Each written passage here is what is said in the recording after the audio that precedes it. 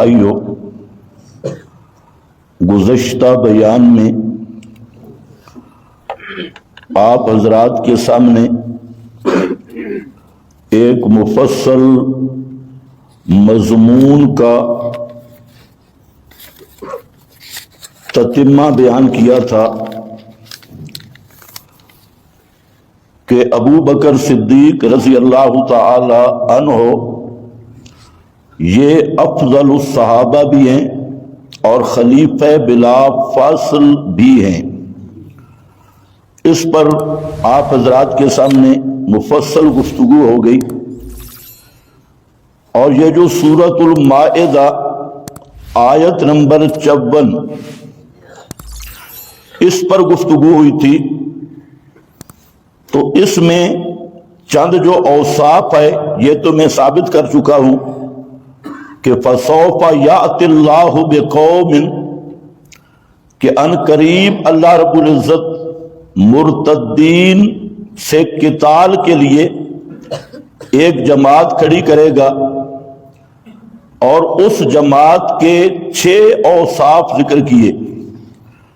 تمام مفسرین متفق ہیں کہ اس جماعت قوم سے مراد حضرت سیدنا صدیق اکبر رضی اللہ تعالی عنہ اور ان کے ساتھ مجاہدین کا وہ قافلہ، وہ جماعت ہے جنہوں نے اس وقت کے فتنہ ارتداد صوبری کا مقابلہ کیا، اور قسم و قسم کے قبائل جو نبی کریم علیہ السلام کی وفات کے بعد غداری کے مرتکب ہوئے، اور ان کی کئی انواع تھیں جن کا میں نے پہلے ذکر کیا، بالخصوص مسیلمہ کذاب، جھوٹی نبوت کے مدعی، اسود انسی، شجاع، بڑے بڑے گروہ جنہوں نے جھوٹی نبوتیں کھڑی کر رکھی تھی۔